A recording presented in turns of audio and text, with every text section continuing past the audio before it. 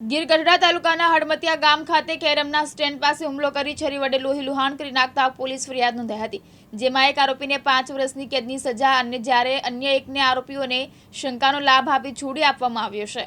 ગીર ગઢડાના હડમતિયા ગામે ટપુ ઉર્ફે રમેશ જીગા બારિયા સામે ફરિયાદીની દુકાનમાં કેરમ પાસે જઈ છરી વડે હુમલો કરી લોહી લુહાણ કરવા બદલ ગુનો નોંધાયો હતો, જેમાં 307 અને 504 સહિતની કલમો હતી, જેમાં મુખ્ય આરોપી ટપુ ઉર્ફે રમેશને તકસીરવાન ઠરાવી ઉનાના બીજા એડિશનલ ડિસ્ટ્રિક્ટ જજ કે.જે. દરજીએ 5 વર્ષની સજા ફરમાવતો હુકમ કર્યો છે અને અન્ય આરોપીઓ સામે પૂરતા પુરાવાઓ ન મળી આવતા શંકાનો લાભ આપ્યો છે।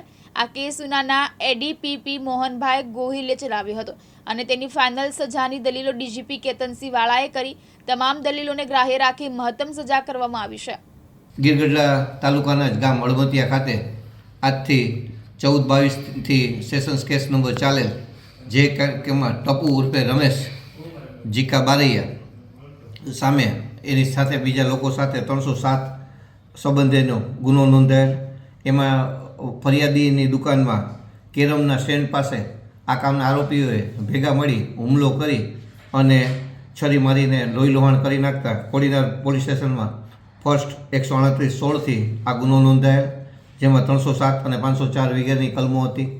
આ કામમાં આરોપી મુખ્યત્વે ટપુ ઉર્ફે રમેશને તકસીરવાન ઠેરવી અને આજરોજ ઉનાના બીજા એડિશનલ ડિસ્ટ્રિક્ટ જજ શ્રી કે.જે. દરજી સાહેબે 5 વર્ષની સજા ફરમાવતો એને હુકમ કરેલ છે અને અન્ય આરોપીઓ સામે પૂરતો પુરાવો ન હોય તેઓને શંકાનો લાભ આપેલ છે।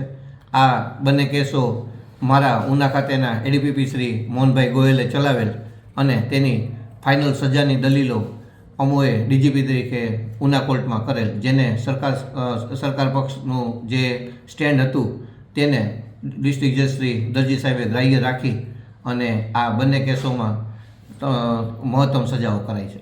Thank you. પરાગ સંતાણી, દિવ્યાંગ ન્યૂઝ, ગીર સોમનાથ।